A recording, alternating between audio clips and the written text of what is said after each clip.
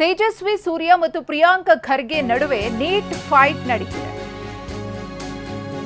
ನಿನ್ನೆಯ ಕೆಪಿಸಿಸಿ ಕಾರ್ಯಕ್ರಮದ ವಿರುದ್ಧ ತೇಜಸ್ವಿ ಸೂರ್ಯ ಅವರು ಕಿಡಿಕಾರಿದ್ರು. ನೀಟ್ ಪರೀಕ್ಷೆ ಇದೆ ಅಂತ ಗೊತ್ತಿದ್ರೂ ಕಾರ್ಯಕ್ರಮವನ್ನು ಆಯೋಜನೆ ಮಾಡಿದ್ರು ಅಂತ, ವಿದ್ಯಾರ್ಥಿಗಳಿಗೆ ತೊಂದರೆಯಾಗುವಂತೆ ಸಮಾರಂಭವನ್ನ ಮಾಡಿದ್ರು.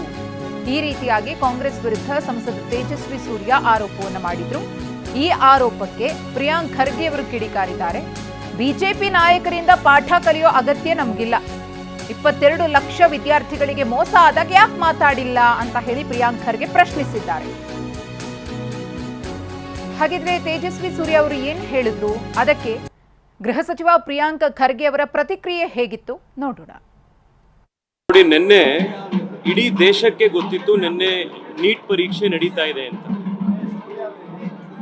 ಹೀಗಿದ್ದು ಕೂಡ ಕಾಂಗ್ರೆಸ್ ಪಾರ್ಟಿಯವರು ನಿನ್ನೆ ಪ್ಯಾಲೇಸ್ ಗ್ರೌಂಡ್ಸ್ನಲ್ಲಿ ಮಕ್ಕಳಿಗೆ, ಸಾರ್ವಜನಿಕರಿಗೆ ತೊಂದರೆ ಆಗುವಂತ ರೀತಿಯಲ್ಲಿ ಟ್ರಾಫಿಕ್ ಜಾಮ್ ಮಾಡಿ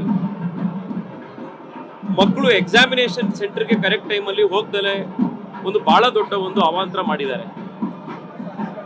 ನಿನ್ನೆ ನಿಮ್ಮ ಟಿವಿ ಚಾನೆಲ್ಗಳಲ್ಲೇನೆ ಮಕ್ಕಳು ಅಳೋತ್ತದ್ದು, ತಂದೆ ತಾಯಿಗಳ ಆಕ್ರೋಶ, ಎಕ್ಸಾಮಿನೇಷನ್ ಸೆಂಟರ್ಗೆ ಮಕ್ಕಳನ್ನ ಬಿಡದಲೆ ಅವರು ಬಾಗ್ಲಾಕಿ ಅಂಗ್ಲಾಚ್ಕೊಂಡು ಒಳಗಡೆ ಬಿಡೋದಕ್ಕೆ ಹೆಂಗೋ ಮಾಡ್ತಾ ಇದ್ದಂಥ ಪ್ರಯತ್ನ, ಇದೆಲ್ಲ ಬಂದಿದೆ.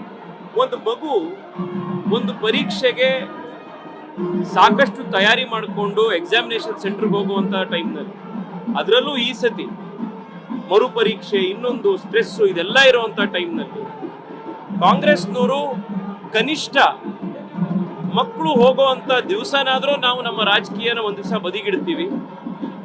ನಿನ್ನೆ ಅಧಿಕಾರ ತಗೊಳ್ದಲೆ ಬಿ ಕೆ ಹರಿಪ್ರಸಾದ್ ಅವರು ಇವತ್ತು ತಗೊಂಡಿದ್ರೆ ಏನು ಭೂಮಿ ಬಾಯಿ ಬಿಡ್ತಿರ್ಲಿಲ್ಲ, ಏನೂ ಆಗ್ತಿರ್ಲಿಲ್ಲ. ಒಂದೇ ಒಂದು ದಿವಸ ಅವ್ರು ಅಕಾಮಡೇಟ್ ಮಾಡಿದ್ರೆ ಮಕ್ಕಳಿಗೆ ಕೊಟ್ಟಂತ ಈ ಸ್ಟ್ರೆಸ್ ಬಹಳ ದೊಡ್ಡ ಮಟ್ಟದಲ್ಲಿ ಕಡಿಮೆ ಆಗಿರ್ತಿತ್ತು. ಊರಲ್ಲೆಲ್ಲ ರಾಹುಲ್ ಗಾಂಧಿ ಅವರು ಭಾಷಣ ಮಾಡಿ ಮಕ್ಕಳು ಪರವಾಗಿ ನಾವಿದೀವಿ ಅಂತ ಕೋಟಾಗ್ ಹೋಗಿ ಅಲ್ಲೊಂದು ದೊಡ್ಡ ಡ್ರಾಮಾ ಮಾಡಿ ಅವ್ರ ಅಧಿಕಾರದಲ್ಲಿರುವಂತ ರಾಜ್ಯದಲ್ಲೇನೆ ಮಕ್ಕಳು ಎಕ್ಸಾಮ್ ಬರೆಯಕ್ಕೆ ಹೋದಾಗ ಅವ್ರಿಗೆ ಸರಿಯಾಗಿರುವಂತ ಒಂದು ವ್ಯವಸ್ಥೆ ಕಲ್ಪಿಸಲಿಲ್ಲ ಅಂತಂದ್ರೆ ಕಾಂಗ್ರೆಸ್ ಪಾರ್ಟಿ ಯಾವ ರೀತಿ ಢೋಂಗಿ ರಾಜಕಾರಣ ಮಾಡ್ತದೆ ಮಕ್ಕಳನ್ನ ಎದುರುಗಡೆ ಇಟ್ಕೊಂಡು ಅನ್ನೋದಕ್ಕಿರುವಂತ ದೊಡ್ಡ ಉದಾಹರಣೆ ಇದು. ಬಿಜೆಪಿ ಅವರ ಹತ್ರ ಏನು ಪಾಠ ಕಲಿಯೋದಿಲ್ಲ. ಅವರು ನಿಜವಾಗ್ಲೂ ವಿದ್ಯಾರ್ಥಿಗಳ ಪರವಾಗಿದ್ರೆ ಫಸ್ಟ್ ಕ್ಷಮೆ ಕೇಳಲಿ. 22 ಲಕ್ಷ ಜನರಿಗೆ ಮೋಸ ಮಾಡಿದ್ರಲ್ಲ, ಕಳೆದ 10 ವರ್ಷದಲ್ಲಿ 90 ಪೇಪರ್ ಲೀಕ್ ಆಗಿದೆ. ಸುಮಾರು ಅಪ್ರಾಕ್ಸಿಮೇಟ್ಲಿ 90 ಪೇಪರ್ ಲೀಕ್ಸ್. ಅದ್ರ ಬಗ್ಗೆ ಕ್ಷಮೆ ಕೇಳಲಿ. ಆಮೇಲೆ 3 ಜನ ಎಕ್ಸಾಮ್ ಬರಲಿಕ್ಕೆ ಆಗಿಲ್ಲ, ನಿಜ. ಕಾರಣಗಳು ನಾನು ಬಹಿರಂಗವಾಗಿ ಹೇಳಿದ್ದೀನಿ. ಒಬ್ಬರು ಮಾಗಡಿಯಿಂದ ಬರ್ತಾಯಿದ್ರು, ಮಾಗಡಿನಲ್ಲಿತ್ತ ನಮ್ಮದು ಇದರಲ್ಲಿ ನಮ್ಮ ಕಾಂಗ್ರೆಸ್ ರ್ಯಾಲಿ. ಇನ್ನೊಬ್ಬರು ಹಳೆಯ ಹಾಲ್ ಟಿಕೆಟ್ ತಂದಿದ್ದು, ಇನ್ನೊಬ್ಬರು ಆರ್ ಟಿ ನಗರಿಂದ ಬರ್ತಾಯಿದ್ರು ಅಂತ ಇದೆ. ಆಮೇಲೆ ನೀಟ್ದ ಭಾಳ ಸ್ಪೆಸಿಫಿಕ್ ಡೈರೆಕ್ಷನ್ಸ್ ಇದೆ ಅಲ್ಲ, 11 ಗಂಟೆಗೆ ಗೇಟ್ ತೆಗಿತಾರೆ, 1:30 ಒಳಗೆ ಇರಬೇಕು, 2.5 hours ಬಿಫೋರ್ ಇರಬೇಕು ಅಂತ ಹೇಳಿದ್ರು ಕೂಡ ಕೆಲವು ಬಯೋಮೆಟ್ರಿಕ್ಕು ಕೂಡ ಹಾಕೋಬೇಕು ಅಂತ ಇದೆ. ಭಾಳ ಸ್ಪಷ್ಟವಾದಂಥ ಸ್ಟ್ಯಾಂಡರ್ಡ್ ಆಪರೇಟಿಂಗ್ ಪ್ರೊಸೀಜರ್ಸನ್ನು ಕೊಟ್ಟಿದ್ದಾರೆ. 720 ಜನನೋ ಏನೋ RC ಕಾಲೇಜ್ನಲ್ಲಿ ಬರೆದಿದ್ದಾರೆ, ಅದರಲ್ಲಿ 140 ಜನ ಆ್ಯಬ್ಸೆಂಟ್ ಇದ್ದರು.